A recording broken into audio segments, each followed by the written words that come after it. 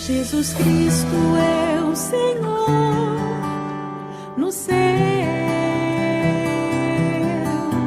na terra y debaixo Decíamos da terra. el último sábado y hablábamos acerca de la responsabilidad que tienen las mujeres ancianas en la iglesia, ¿no?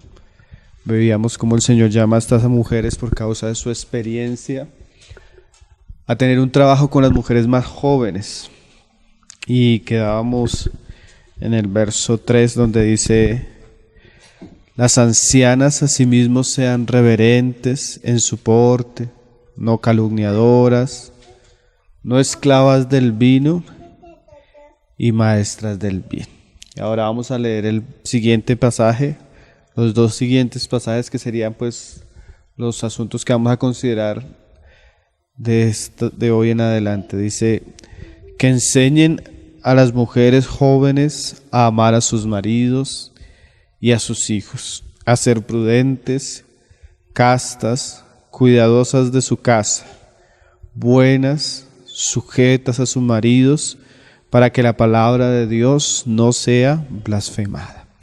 Entonces, aquí Pablo nos comienza a explicar cuáles deberían ser los tópicos que las mujeres mayores deben enseñar a las mujeres más jóvenes.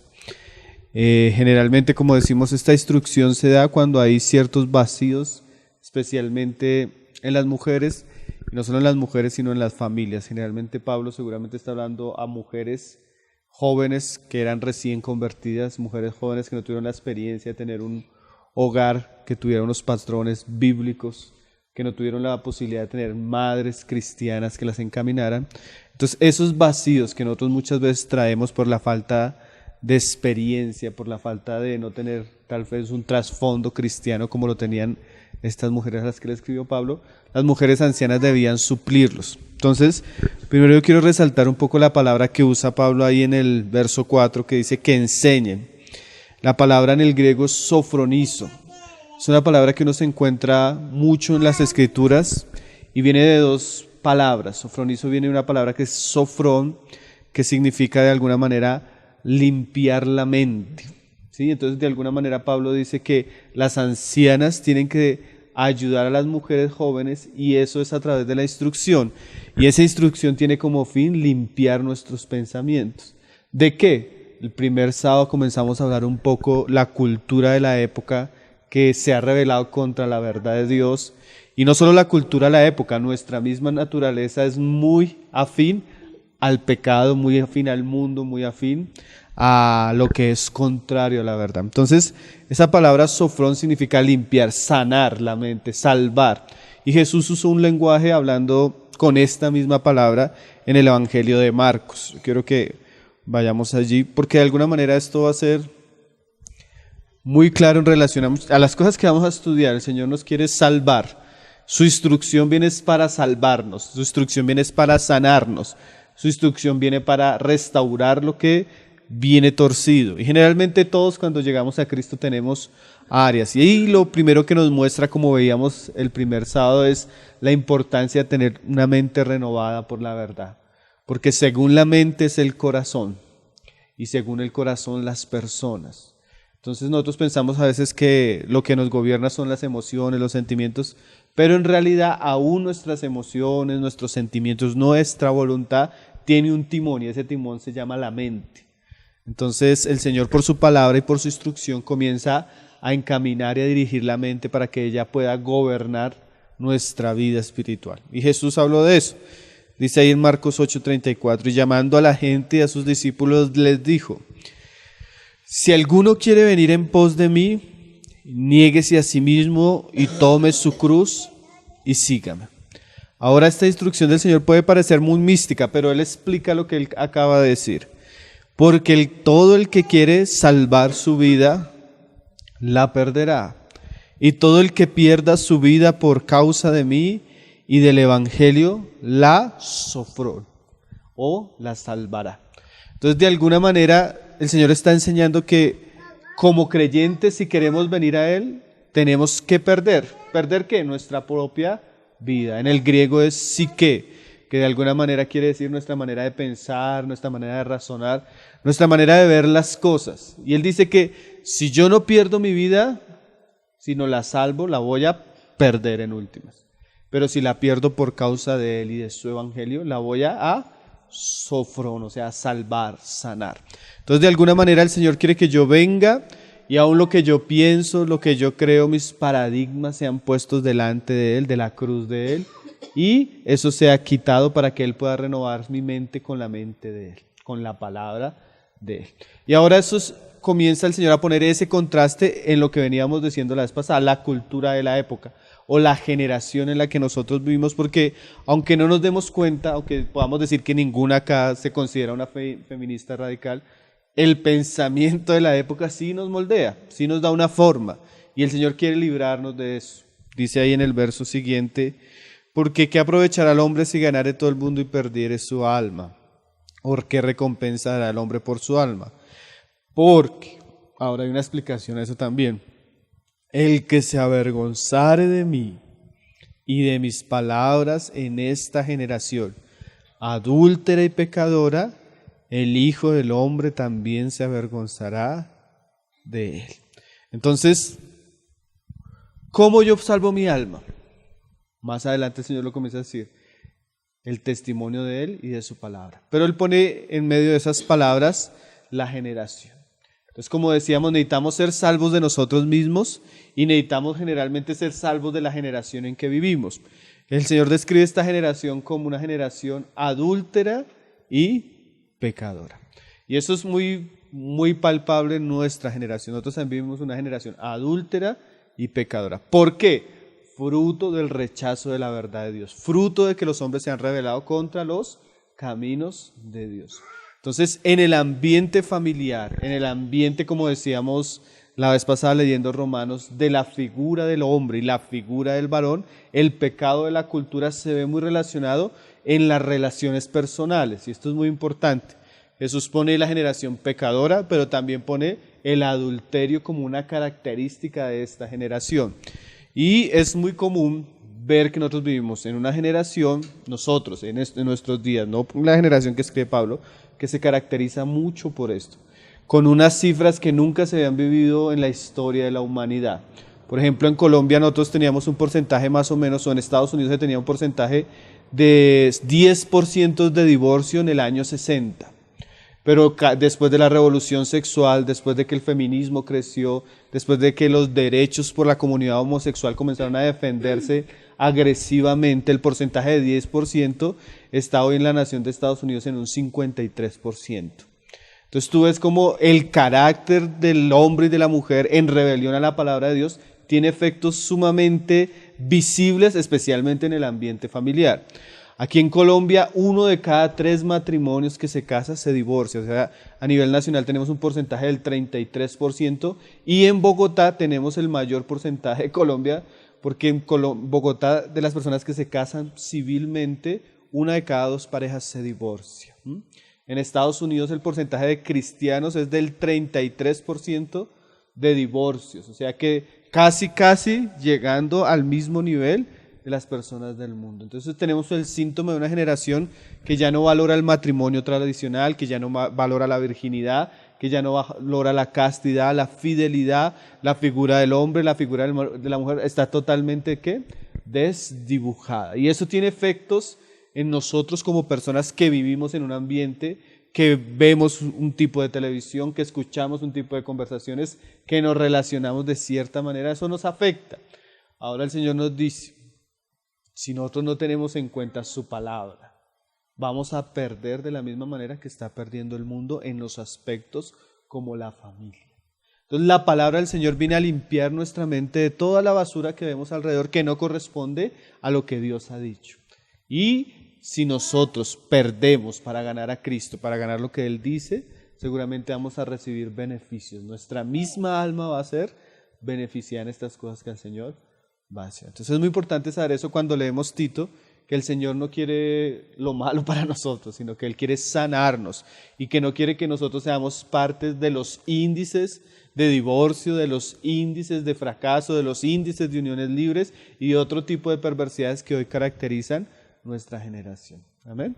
Entonces, volvamos ahí al pasaje de Tito.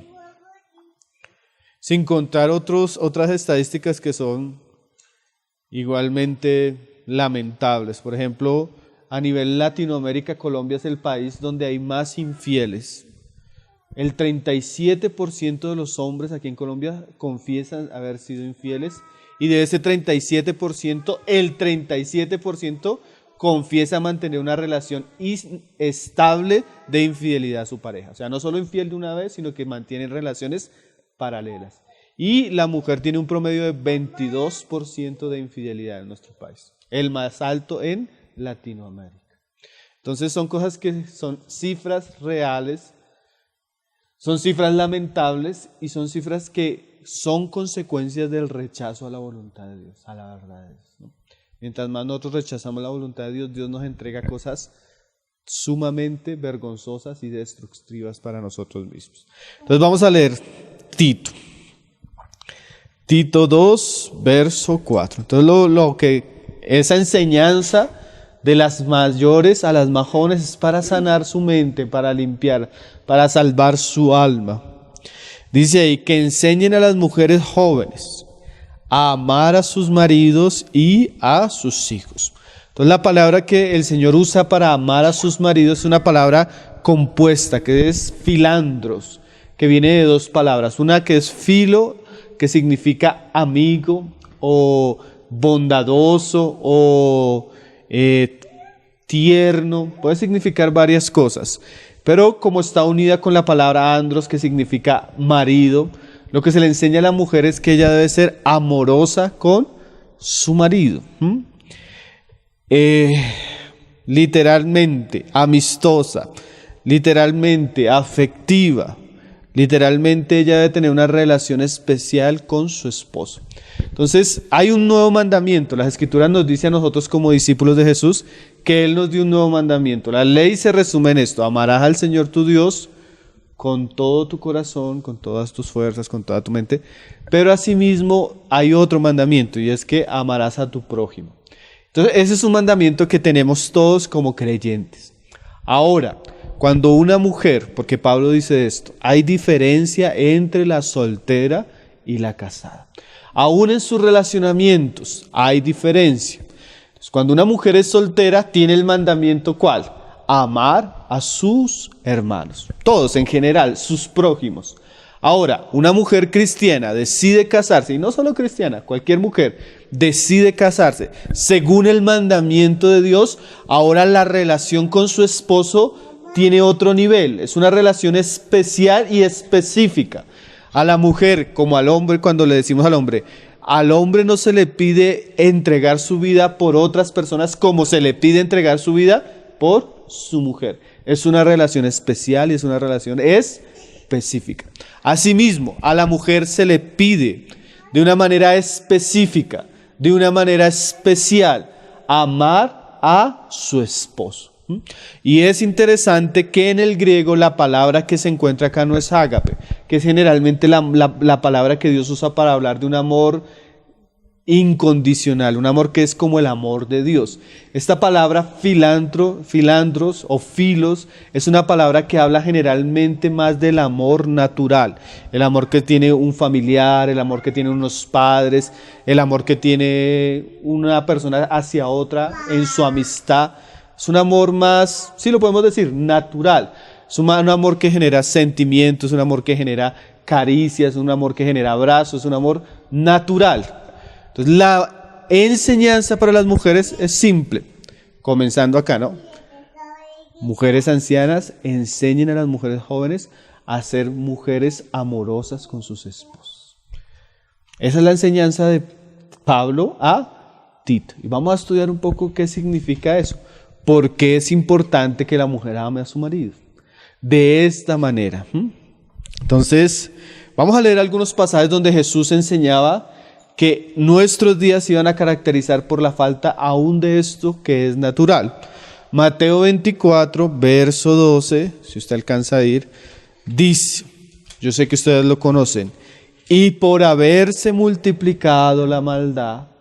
Entonces tenemos una generación donde se ha multiplicado la maldad, por ejemplo, los feminicidios, el maltrato hacia la mujer, la violencia, la infidelidad, la homosexualidad, una sexualidad también prematura. Todos esos síntomas de esa generación hacen algo, hacen que los afectos de los corazones de los hombres comiencen a disminuir. Generalmente, entre más el pecado abunda, la dureza del corazón también se va formando. No es lo mismo, y esto es muy importante porque tal vez esto es la experiencia de muchos de nosotros. Venimos de una vida donde el mismo pecado, la misma maldad, las mismas malas decisiones nos vuelven duros de corazón.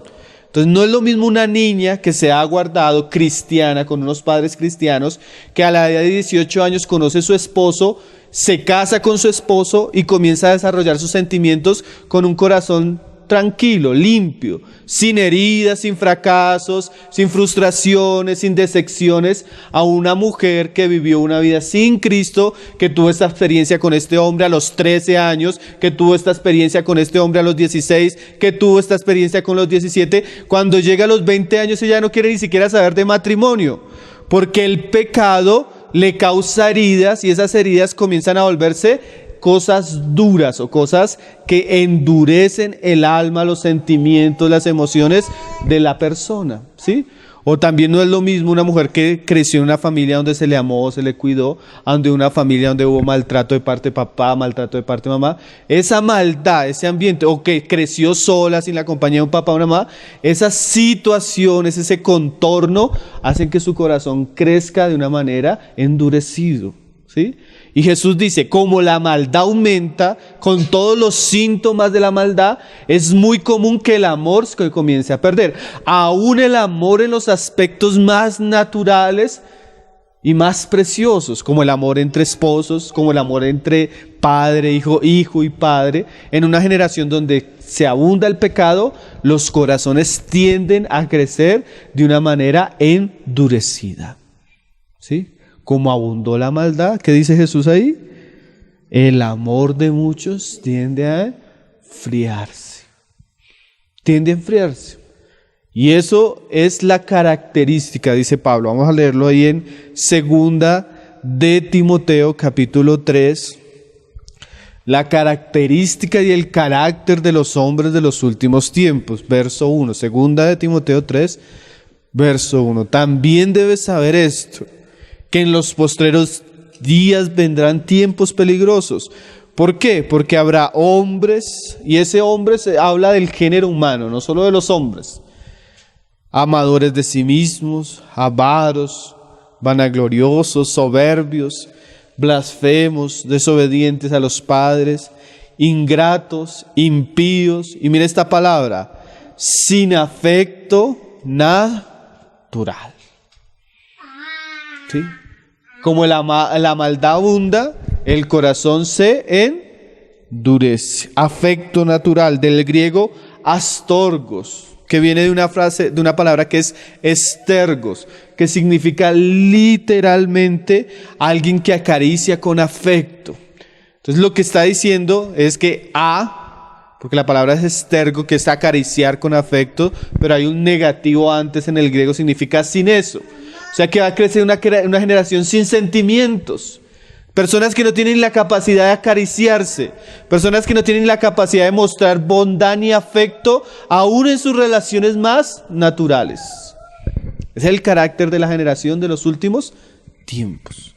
Ya el papá no ama al hijo, ya el papá no ama a la esposa tampoco ama al esposo, la esposa a veces no muestra afecto hacia sus hijos, hacia sus padres. Entonces comienza a haber un endurecimiento y un carácter muy contrario a la misma naturaleza. Porque estamos hablando ni siquiera, hermanos, no estamos hablando del amor hacia los enemigos. Ni siquiera estamos hablando del amor hacia un plano de los hermanos de la iglesia. A veces se afecta el mismo amor natural. Entonces, la instrucción para las mujeres es que ellas tienen que luchar, si se puede decir, con la tendencia natural de nuestra carne, porque nuestra tendencia natural también puede ser esa, como decíamos, a la frialdad, al egoísmo, a la dureza, a la falta de compasión, a la dureza. Esas son cosas de nuestra carne. Son cosas que pueden formar la cultura, nuestras experiencias también, y también el tipo de pensamiento de la cultura, porque hay una cultura que te dice hoy en día que la mujer está esclava en su casa, bajo el patriarcado. Y ella necesita rebelarse contra ese patriarcado. Porque esa figura predominante del varón es una figura que ha esclavizado a la mujer. Entonces hay un tipo de discurso donde se le enseña a la mujer a odiar al hombre, a odiar al esposo, a odiar al padre de sus hijos. Entonces el mensaje para las mujeres es que ellas deben tener amor, amor filial, amor ágape también, pero especialmente ese amor que tiene que ver con, como dice acá, con abrazo, con cariño, con palabras, con ternura. Entonces cuando viene una mujer joven a hablar con una mujer anciana, hermana, estoy teniendo problemas en mi hogar, mi esposo es esto y esto. Y uno comienza a preguntar muchas cosas, pero a veces uno no pregunta, hermana, ¿tú cómo tratas a tu esposo? ¿Eres cariñosa? ¿Eres amable? ¿Eres tierna? ¿Tienes expresiones de abrazos? ¿Tienes expresiones de besos con él? ¿Cómo es tu relación con él? Porque esa es la enseñanza. Tienes que ser amorosa, tienes que ser cariñosa. No puede ser dura. Ahora, ¿por qué? Porque, hermano, yo soy santanderiana, o a decir, yo soy europeo, yo vengo de la China y yo soy de un carácter frío. Cuando Cristo viene a la vida, el amor de Cristo, el carácter de Cristo, y como decíamos ahorita, Él sana. Mira, esto es muy importante, hermano. Si usted tuvo experiencias difíciles, una vida dura, el amor de Cristo sana. El amor de Cristo limpia. El amor de Cristo cambia el corazón duro por un corazón ¿qué? De carne. Que es que, en esencia, sensible. Una pared dura usted le pega y no siente. En cambio, usted coge y pégese, su carne siente, es sensible. Entonces nosotros pasamos de tener sí una vida tal vez muy difícil, pero ahora que estamos en Cristo, eso debería volvernos personas tiernas con la ternura de Cristo, amables con la amabilidad de Cristo, bondadosas con la bondad de Cristo. Y el Señor le pide a la mujer que exprese esa realidad de una manera especial, de una manera única con su esposo. A veces uno ve mujeres, estamos hablando de solo las mujeres, podríamos dar ejemplos de los hombres, que son tiernas con sus hijos. Eso, pero con su esposo no. Son tiernas con sus papás. Cuando hablan con su papá, con su mamá, su manera delicada, bondadosa, tierna, es expresada. Y ahora el mandamiento es que por encima aún de su relacionamiento con sus hijos, primero está su relacionamiento con sus esposos. Entonces el pasaje dice que enseñen a las mujeres jóvenes a amar a sus maridos. Entonces, como estamos leyendo la palabra en el griego es filos, de amor natural, de amor tierno. Esta palabra incluye abrazos, incluye besos, incluye todo eso. Todo eso está envuelto en esa palabra. Entonces el relacionamiento que se le debe enseñar a la mujer joven, casada, es que ella debe ser una mujer tierna con su esposo, amorosa con su esposo. Y ese relacionamiento, como venimos diciéndolo, es único y especial.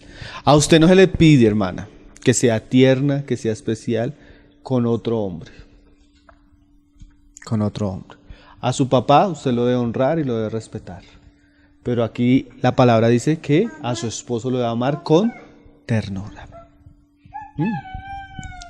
Ahora, es muy interesante lo que dice el pasaje, como dice ahí, que enseñen. O sea que hay cosas que pueden ser que no son natas en nosotros que debemos aprender, o hay cosas que están descarriadas que deben ser enderezadas, porque nosotros tenemos una falsa idea del amor. Entonces generalmente las películas románticas nos hablan del amor a primera vista. Entonces lo vi, me enamoré, y una serie de sentimientos. Y cuando ya comienzan a suceder situaciones, ya no lo amo, hermano. Se fueron los sentimientos. Pero aquí la palabra nos enseña que el amor puede ser enseñado. Y eso es muy serio, hermano. O sea que usted puede cultivar el amor, crecer en el amor y aprender a amar. Mira lo interesante. Yo he conocido casos de mujeres que por la cultura, por los tiempos, eran enseñadas a casarse con el esposo que escogiera su familia. Y una vez le preguntaba a una hermana, ¿y usted qué hizo? Aprendí a amarlo. y lo amé toda la vida. O sea que la idea falsa de Hollywood, de los sentimientos, de las emociones, es una realidad. Eso más, lo que el mundo llama amor de ese tipo, generalmente la Biblia llama pasión. Y ese tipo de amor pasa. La Biblia cuando habla de amor, generalmente habla de un compromiso que se adquiere, que se puede crecer, que se puede aprender, que la vida de Cristo lo puede crear, lo puede cultivar, lo puede hacer abundar. ¿Sí? Porque si no se pudiera enseñar, no lo diría Pablo. O sea, ¿se puede aprender a amar? Se puede. ¿Se puede aprender a amar? Se puede. Y no solo se puede, dice MacArthur hablando de este pasaje, se debe. Tanto que si usted no ama a su esposo de la manera que enseña el pasaje, usted está desobedeciendo un mandato del Señor. ¿Sí me hago entender? Entonces esa palabra enseñar quiere decir que tal vez nosotros debemos crecer en estas cosas. Ahora, las más jóvenes tal vez no saben, ellas piensan que llega el matrimonio y todo va a ser feliz, y cuando no es todo feliz, entonces se amargan con su esposo y comienzan a maltratar a su esposo, a sus hijos con su carácter, con sus palabras, con su ira, con su rabia, y las mayores deben enseñarles, mira, el matrimonio es un asunto que no es fácil, pero el Señor te manda a amarlo y debes aprender a amarlo y debes crecer amándolo y vas a mostrar mucho de Cristo amándolo. Entonces no es ese amor sentimental, es ese amor que se aprende, que se forma, que es parte del carácter cristiano. Que todos debemos aprender en otras esferas, pero especialmente a la mujer se le introduce en el ambiente familiar. Y eso es diferente porque usted va a encontrar en el mundo, en sus compañeras, si usted trabaja en el mundo, o en sus amigas, o hasta en sus familiares, que la mujer le va a decir, usted no tiene por qué soportar, usted no tiene por qué esto. Usted es una mujer y hoy en día las mujeres trabajamos y las mujeres... ¿Y usted? Enseñándolas, en vez de amar a sus esposos, a ser enemigas de sus esposos, a ser rivales de sus esposos. Entonces como que la Escritura nos acentúa en aspectos que son muy de nuestro carácter y muy de nuestra vida. Dice la Escritura, sobre toda cosa guardada, guarda tu corazón. Y ahora... dice otro pasaje también en Proverbios, tal es el pensamiento de él, tal es su corazón.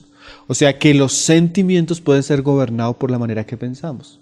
¿Y por qué es tan importante la enseñanza? Como decíamos, sofrosune, que si viene de sofro, que viene de limpiar la mente. Porque cuando la enseñanza limpia nuestros pensamientos, yo comienzo a darme cuenta que cuando yo tengo ira o rabia contra mi esposa, estoy actuando contra un mandamiento de Dios y por encima de la situación lo que le estoy dando es lugar a mi carne. Porque encima, diferente que su esposo sea o no sea, la mujer debe ser una virtud de amor.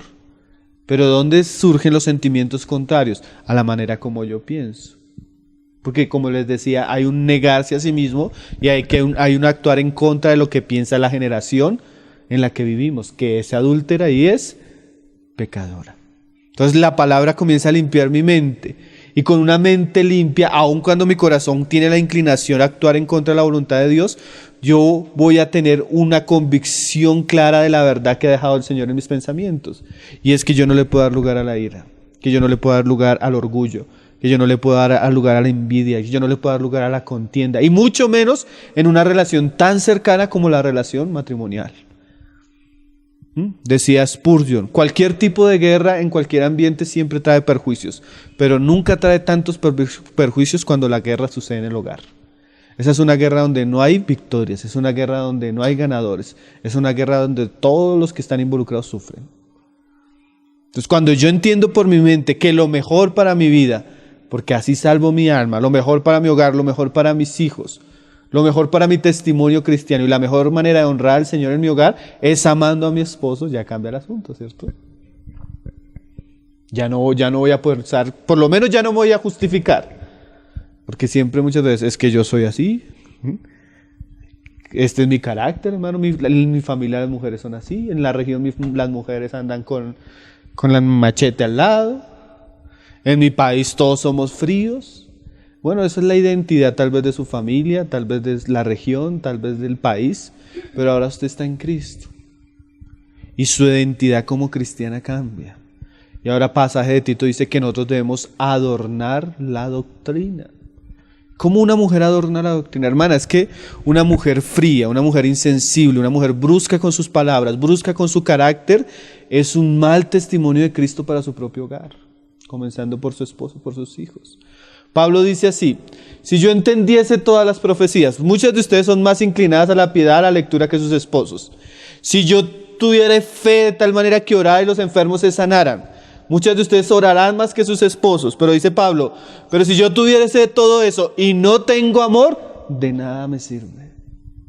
O sea, a usted no le sirve leer más, orar más, consagrarse más, si usted no puede expresar su fe y su piedad de una manera amorosa y tierna, primeramente con su esposo. Eso es un mal testimonio cuando él es incrédulo y también cuando él es creyente. Yo recuerdo una vez fuimos a una casa. La mujer llena de virtudes, cocinando la casa, los hijos, una mujer sufrida, esto, y el esposo le pidió que hiciera algo. Y ella lo hizo, porque también, además de todo, era una mujer sumisa. Pero usted hubiera visto la actitud con lo que la hizo. Yo creo que si se lo hubiera pedido un enemigo, lo hubiera hecho con mejor actitud. Una mujer que no es tierna para responder a su esposo. ¿Y porque este pasaje habla de cómo le habla a usted a su esposo? ¿Por el nombre? ¿O le dice amor? ¿Le dice esposita? ¿Cómo le habla usted a su esposo? Usted puede ser cariñoso a veces con todo el mundo y a veces la relación más íntima, que es la relación matrimonial, no somos tiernos, no somos amorosos. Entonces usted puede tener todas las cosas, pero a la luz de Pablo, dice Pablo, usted nada sirve. Porque imagínense, nosotros siempre que vamos a hablar a mujeres, siempre cogemos Efesios donde dice sométase. Y aquí Pablo lo pone en último lugar, porque el amor, la sujeción sin sometimiento, es horrible. Yo compartí un mensaje para las mujeres en Salvador Bahía y se me acercó una mujer y me dijo, hermano, lo que usted dice de la sujeción está bien porque fue otros pasajes. Pero todo lo que usted enseña yo lo puedo hacer gracias a que amo entrañablemente a mi esposo. Y es verdad, el tapete que pone Pablo ahí en Tito es el amor. Es el amor, ¿no? Vamos a leer unos pasajes del amor. En Juan. Primera de Juan 4:20. La epístola, qué pena. Si alguno dice, yo amo a Dios y aborrece a su hermano, pues el que no ama a su hermano es mentiroso. Pues el que no ama a su hermano, yo amo a Dios y aborrece a su hermano es mentiroso. Pues el que no ama a su hermano, ¿a quien ha visto? ¿Cómo puede amar a Dios? ¿A quien no ha visto? Y decía un hermano comentando este pasaje, una persona puede examinarse sinceramente en cuanto a su fe por las relaciones con sus prójimos. Una mujer que ha experimentado el amor y la gracia de Jesucristo y no ha sentido un renovar en sus relacionamientos, es una mujer que no ha conocido a Dios. Porque como les decía, sí, tal vez la maldad de este mundo aparta el amor de las personas. Pero cuando yo encuentro a Cristo, yo encuentro el amor de Dios. Ahora ese amor renueva mis sentimientos, mis emociones, mis pensamientos y renueva mi carácter, ¿no? Y si yo digo que conozco a Dios y no puedo amar a mi prójimo, y especialmente esta relación que estaba estableciendo Pablo de prioridad, yo de pronto tengo que examinarme, porque hay pasajes que dice que soy mentiroso, hay pasajes que dice que estoy ciego y no sé a dónde voy. Mire cómo habla la mujer en Cantar, el hombre en Cantar de los Cantares.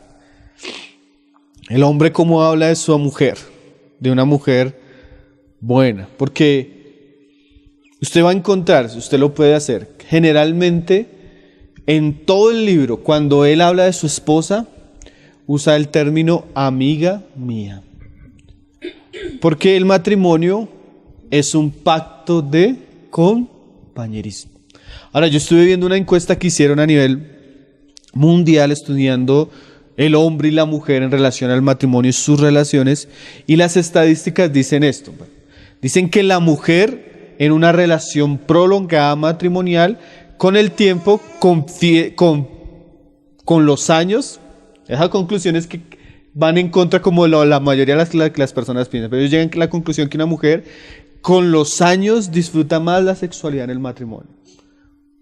Y el hombre, que pensaría uno que es más sexual en muchos asuntos, dice que lo que más disfruta son los besos, los abrazos y las caricias. ¿Ven lo interesante? Eso es lo que más disfruta un hombre en una relación de largo plazo. Ahora, ¿qué esperan los hombres? Hermano, es que, hermano y hermanas, ningún hombre quiere vivir con una mujer que sea dura de corazón. Eso, ahorita vamos a leerlo por la palabra. Usted tal vez puede que no cocine tan bien, hermana. Tal vez usted no sea tan virtuosa en la casa. Pero si usted tiene un carácter agradable, eso es mejor que cualquier cosa. Ahora lo contrario, usted puede ser, pero si usted no tiene amor, se vuelve una taza que tal vez algunos hombres piadosos van a soportar. Pero no es lo ideal, ¿no? Mira cómo dice Cantar de los Cantares. Entonces mire la atmósfera con la que habla el esposo. En el Cantar usted puede leer pasajes donde habla él y donde habla ella. Cuando hicimos la reunión de varones leíamos los pasajes donde hablaba ella y donde hablaba él de ella. Ahora vamos a leer los pasajes donde habla él de ella. ¿Qué dice él de ella? Dice en el 15: He aquí, tú eres hermosa. Ahora, entonces, eso comienza a quitarnos algunos mitos falsos que tiene también la religiosidad. La religiosidad a veces vuelve a las mujeres feas. No se arreglan, porque un sinónimo de santidad es no maquillarse, no ponerse no sé qué. Pero él cuando ve a su esposa dice, estás hermosa. Ahora eso es importante, hermanas. Yo creo que dentro de 8 días vamos a hablar, dentro de 15 días vamos a hablar de eso. La importancia de la mujer cuidar su apariencia para su esposo. Hay mujeres que a veces son hasta descuidadas cómo se visten, cuando se bañan. No se bañan, a veces tú vas a la casa de la hermana a las 11 del día y no se ha bañado, está en pijama, así. Estoy en mi casa. Yo siempre doy el ejemplo. Él la ve, ella está despelucada, está en pijama, y llega a la oficina y la mujer con el cabello planchado, la mujer bien vestida. Y él comienza a tener que lidiar con que llega a la casa y su mujer no es atractiva, está siendo descuidada, está con la comida. En cambio, cuando llega a la oficina, la mujer se encuentra ¿sí? Pero él cuando él ve a su esposa dice, es hermosa. ¿Sí? Nosotros pensamos que mientras somos novios toca atraparlo. Ya se casó, ya está en la obligación de seguir, pero no debería ser el espíritu. Ahora, vamos a ver la próxima reunión que la mujer y ciertas actitudes de ellas pueden poner al hombre en una situación de tentación. Esa reunión va a ser para mayores de 18 años. Pero es verdad, y la Biblia enseña esas cosas. Y las jóvenes casadas, como dice el pasaje, tienen que aprender. Dice, he aquí, tú eres hermosa. Y mira esta segunda palabra, amiga mía. Eso habla de que la relación que él tiene con ella es una relación de compañerismo y es una relación agradable, de amistad. Armando Alducin dice, el matrimonio es un pacto de compañerismo, de dos amigos que crecen en esa amistad, que crecen en esa relación, que se intercambian sentimientos, que intercambian caricias, que intercambian palabras agradables los unos por los otros. ¿Sí? Y eso hay que enseñarlo a las mujeres más jóvenes. Dice, tus ojos, he aquí eres bella, tus ojos son como palomas. Dice ahí en el capítulo 2, verso 2, como el lirio entre los espinos, así es mi amiga entre las doncellas. Entonces usted ve que los espinos a veces crecen en pantanos, lugares bien desagradables. Pero a veces en medio de los espinos y todo eso desagradable hay lirios.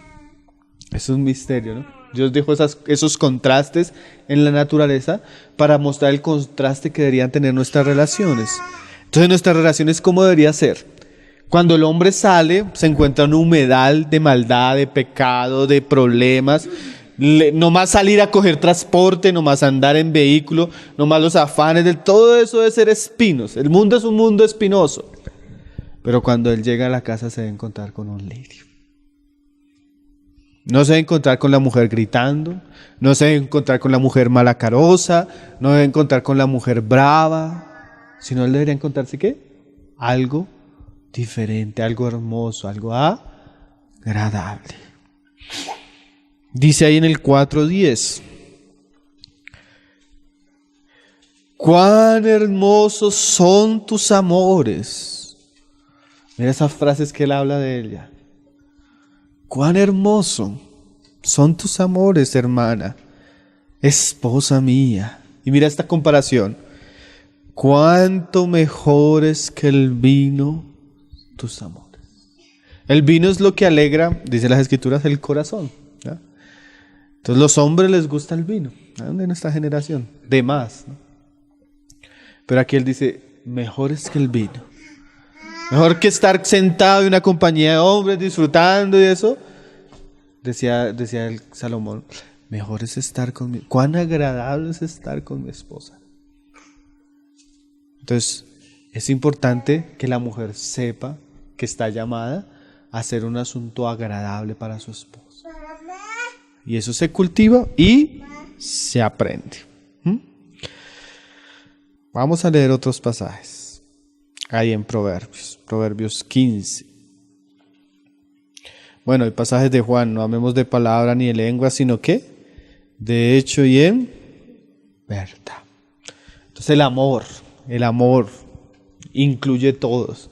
Nosotros siempre contamos la historia de un hermano que lo vimos así con una cara de tribulación. Y hermano, ¿qué le está pasando? No, hermano, estoy en una situación. ¿Qué le está pasando? ¿Tienes problemas? No, salud, no. Problemas económicos, no. ¿Cuál es el problema? No, mi esposa, hermano. ¿Qué está pasando, hermano? No, hermano, dése cuenta usted mismo. Entonces el hombre saca y pasa el celular. Escuche estos mensajes, hermano. Entonces, WhatsApp, mensajes de voz, trin. Hermana, hasta palabrotas de una mujer cristiana que a la apariencia de todos eran palabras feas, como 4 mensajes, hermano. Entonces le dice al hermano, no, hermano, no hay. Entonces él dice, hermano, hay que orar por ella. Hermano, no hay que orar por ella, hay que expulsar ese demonio. La verdad parecía que fuera como una mujer cristiana que profesa la piedad, que dice que de alguna manera es más piadosa que su esposo. Caen semejantes cosas vergonzosas de la carne, hablándole irrespetuosamente, groseramente, despectivamente. Eso no es de una mujer que está en rumbo a la piedad. Y eso es de donde la Biblia nos habla.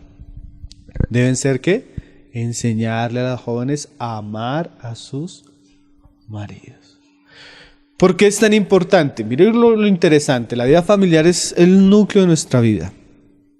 Ahora vamos a leer unos pasajes que dicen: no importa si usted no tiene dinero, no importa si usted no tiene el mejor carro, no importa si usted no vive en la mejor casa, no importa si usted no vive en el mejor sector, no importa si usted no tiene la mejor comida, porque lo que le da más gloria, satisfacción y placer al matrimonio es el amor.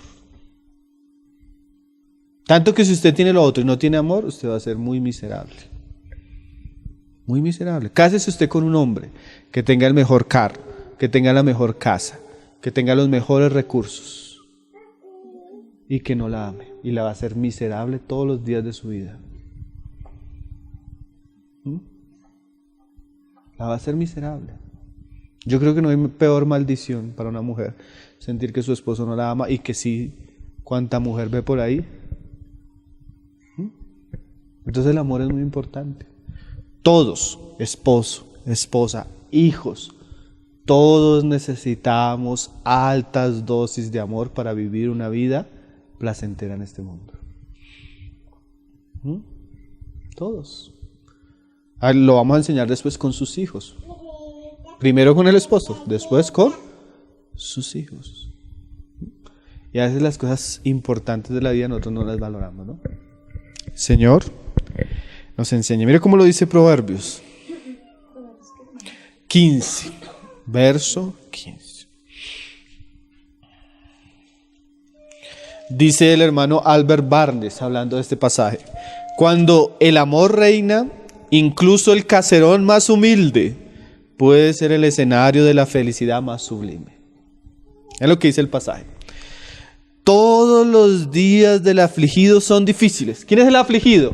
El que siempre está triste, el que siempre está amargado, el que siempre está en contienda. Para él todos los días son difíciles. Usted es una mujer de que le da lugar a su carne, que se le da lugar al pleito, que le da lugar al celo, que le da lugar a la rabia.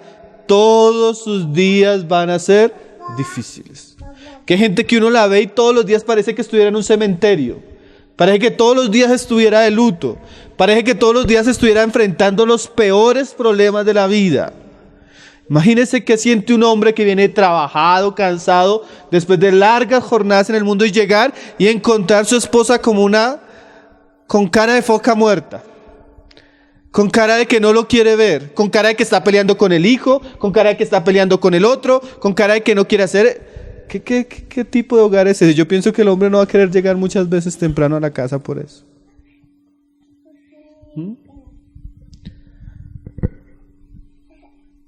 Su cara no puede ser la de la afligida, hermana, de la amargada, de la que está siempre en rabia.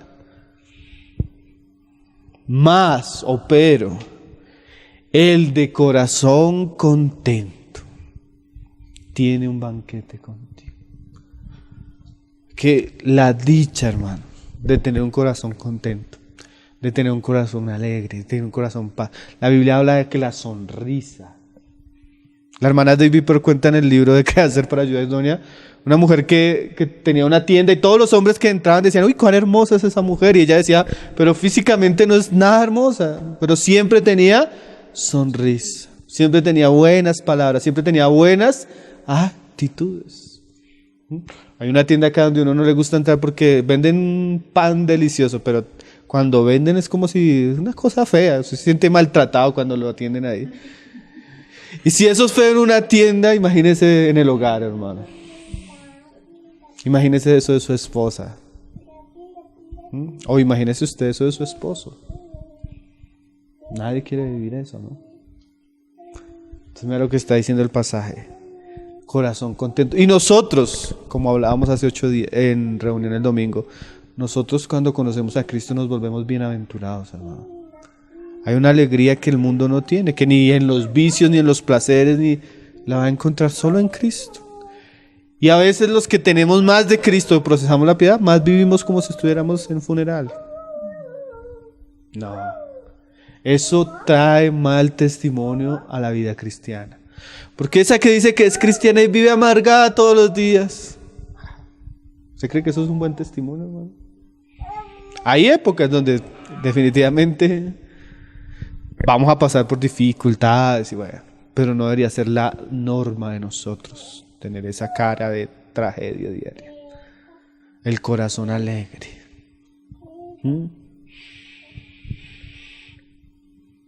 El corazón alegre.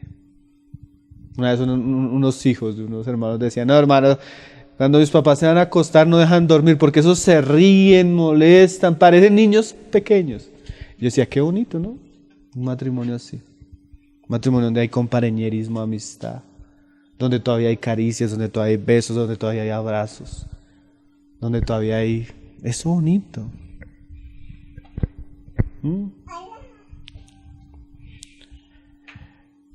Banquete continuo, más el corazón contento tiene un banquete continuo. Mejor es lo poco con el temor de Jehová que el gran tesoro donde hay turbación. La verdad. ¿Sí? Mejor lo poco, donde se tiene tranquilidad, paz, que lo mucho donde hay ¿qué? Turbación. Un día pasé en la cuadra de los vecinos, hay un vecino que tiene una tremenda camioneta, tiene un carro, tiene moto, tiene una tremenda casa. Y un día yo iba pasando y estaba él con la esposa en el garaje. Eso el casco de la moto le quedaba tirado, pues salían las cosas así tirando así. Yo decía, no, ese hombre puede tener todo, pero yo no quiero vivir en un hogar así. Mejor poco donde hay ¿qué? Tranquilidad, paz. Que lo mucho donde usted dice, no, yo no quiero ir, no quiero ni entrar a la casa. Mejor es la comida de legumbres. ¿Donde hay qué? Donde hay amor. Que de buey engordado, donde hay odio. ¿Sí? Mejor es donde hay qué? Amor. Proverbios 21:19. Y ahora lo va a relacionar ya más directamente.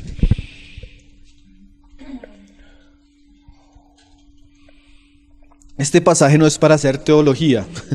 Matthew Henry decía de este pasaje, comentando este pasaje, no es una justificación para el divorcio, decía el hermano, pero es una realidad que muestran las Escrituras. ¿Cuál es la realidad que muestran las Escrituras?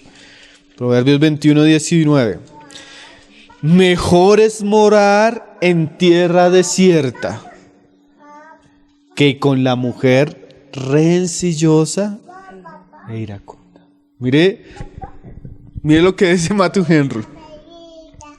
Mejor sería el hombre estar solo en un lugar donde no hay muchas provisiones, donde no hay nada, ¿qué tiene un desierto? Un desierto es algo terrible, ¿no?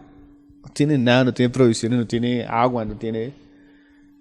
Es una vida difícil.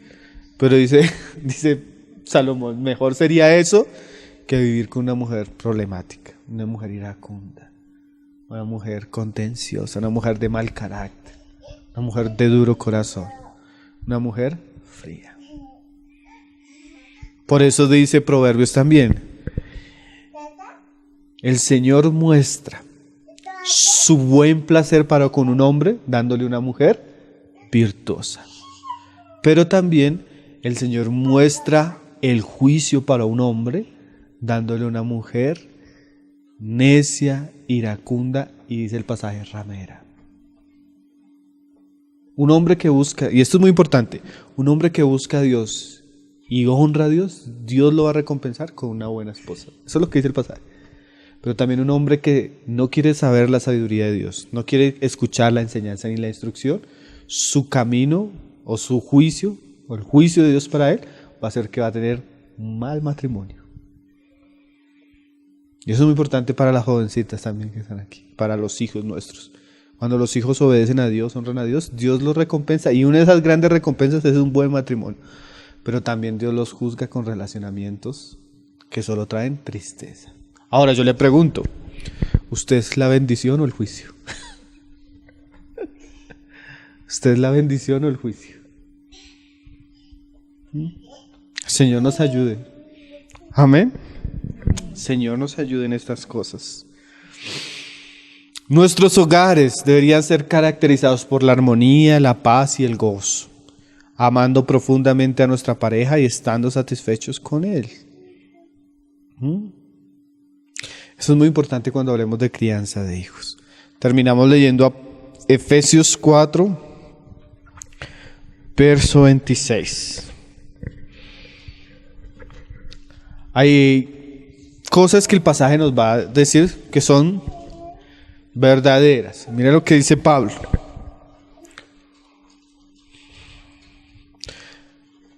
Hermano, es que él a veces hace cosas así, eso es normal. A veces hasta cosas contra el Señor. Y dice acá, esta ira no es la ira común que nosotros sentimos a veces, sino a veces por el contexto podemos ver que es una reacción aún santa hacia ciertas situaciones. Porque también parte del carácter de Dios es que Dios también se aira. Entonces la ira no es en sí un pecado. Es más, como decían algunos hermanos, no airarse en algunas situaciones podría ser catalogado como pecado. ¿Cómo así?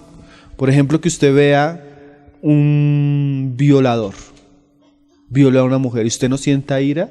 Si usted no siente ira por eso, rabia por eso, usted tiene un corazón muy duro, que ya podría ser catalogado como pecado. Entonces hay situaciones que naturalmente deben producir ira, y no sentirla sería extraño. Entonces hay situaciones que de pronto podemos decir que son normales, que pueden producir una ira santa.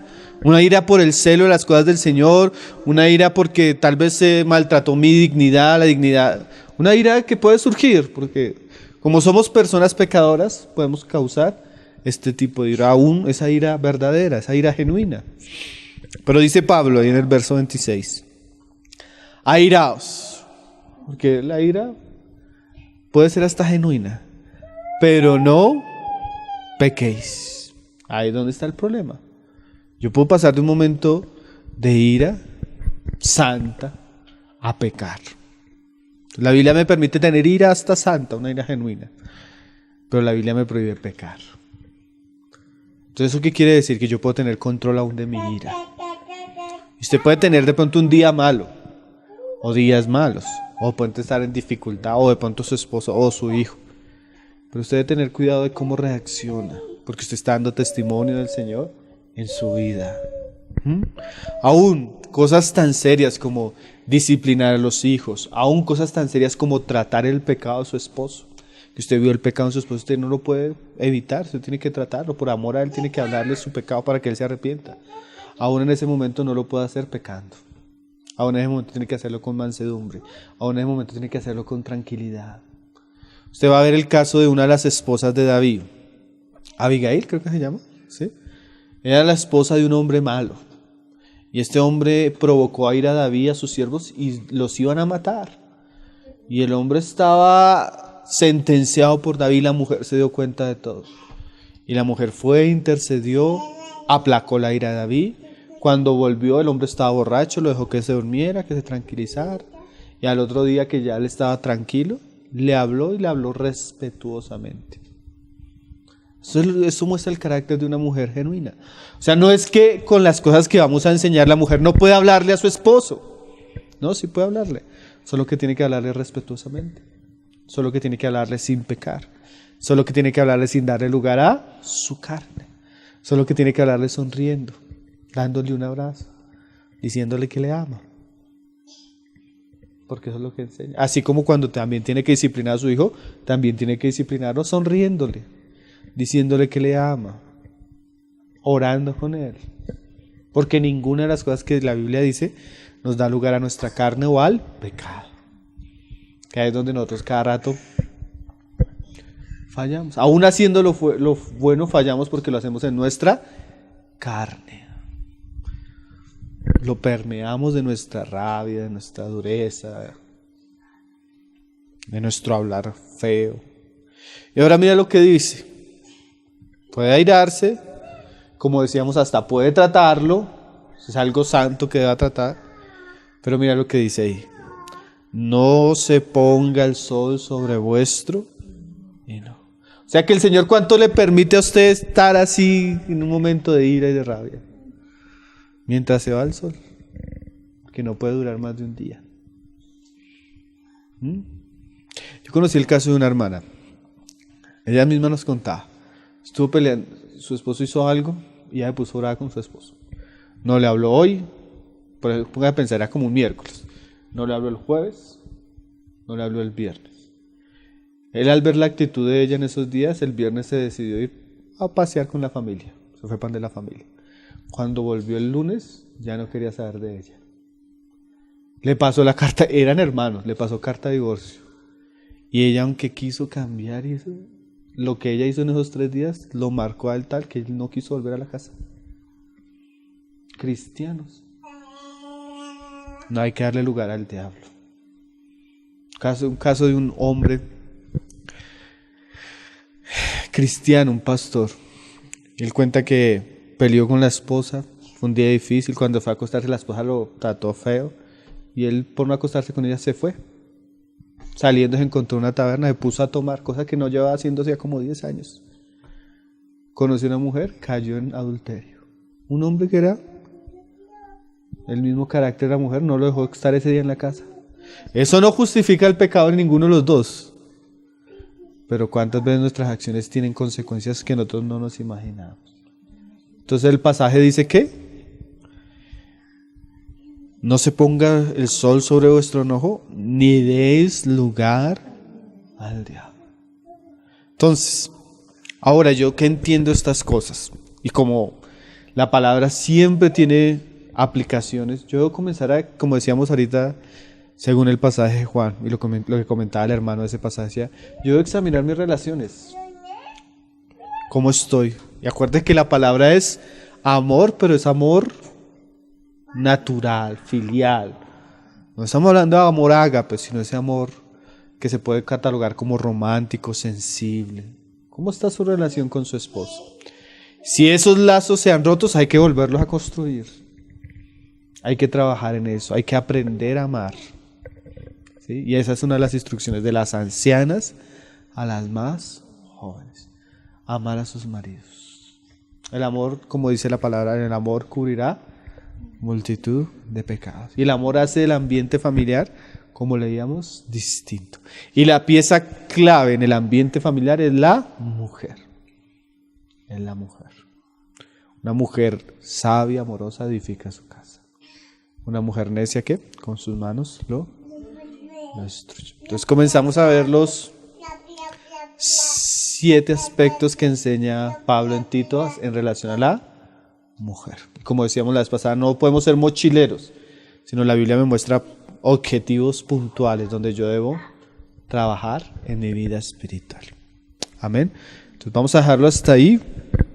Vamos a dar un tiempo para que las hermanas puedan mutualizar si tienen deseo mutualizar este tiempo. Entonces, el mandamiento es amar a sus ao leão de Judá.